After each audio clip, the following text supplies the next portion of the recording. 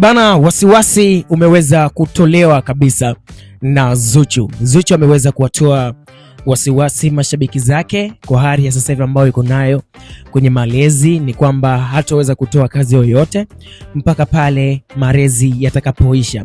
Sasa Zuchu amesema ya kwamba kazi zake zitaendelea kutoka kwa sababu yeye ni msanii, ana ngoma nyingi ambazo anaweza kuzitoa. Alikuwa na akiba za kutosha kabisa. Hivyo mashabiki zake wasiwe na wasiwasi, bado atazidi kuhakikisha anawapa burudani licha ya kwamba kwa sasa hivi yeye yupo katika malezi. Tunafahamu kwamba Zuchu sasa hivi ni mama. Zuchu sasa hivi anarea, Zuchu ananyonyesha.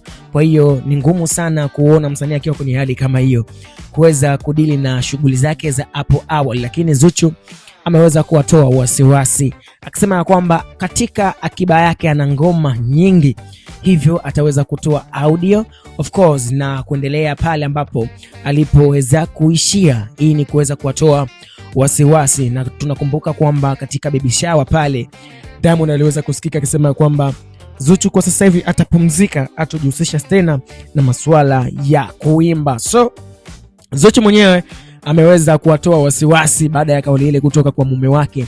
Yeye anasema ya kwamba yeye ni msanii na alikuwa na akiba, hivyo atazitumia akiba zake katika kipindi hichi ambacho hatakuwa studio kuhakikisha kwamba anazidi kuwapa burudani mashabiki zake. Of course, huyo ni Zuchu baada ya kuwatoa wasiwasi mashabiki zake, watu wakizani kwamba Zuchu kwa sababu analea atotoa project kwa kipindi fulani, lakini Zuchu ameweza kuwatoa wasiwasi mkubwa ambao waliokuwa nao washabiki zake. Okay, subscribe katika YouTube channel yetu ili wa kwanza kupata taarifa zote muhimu za kiburudani, lakini pia comment ni muhimu. Until next time kwa habari zaidi.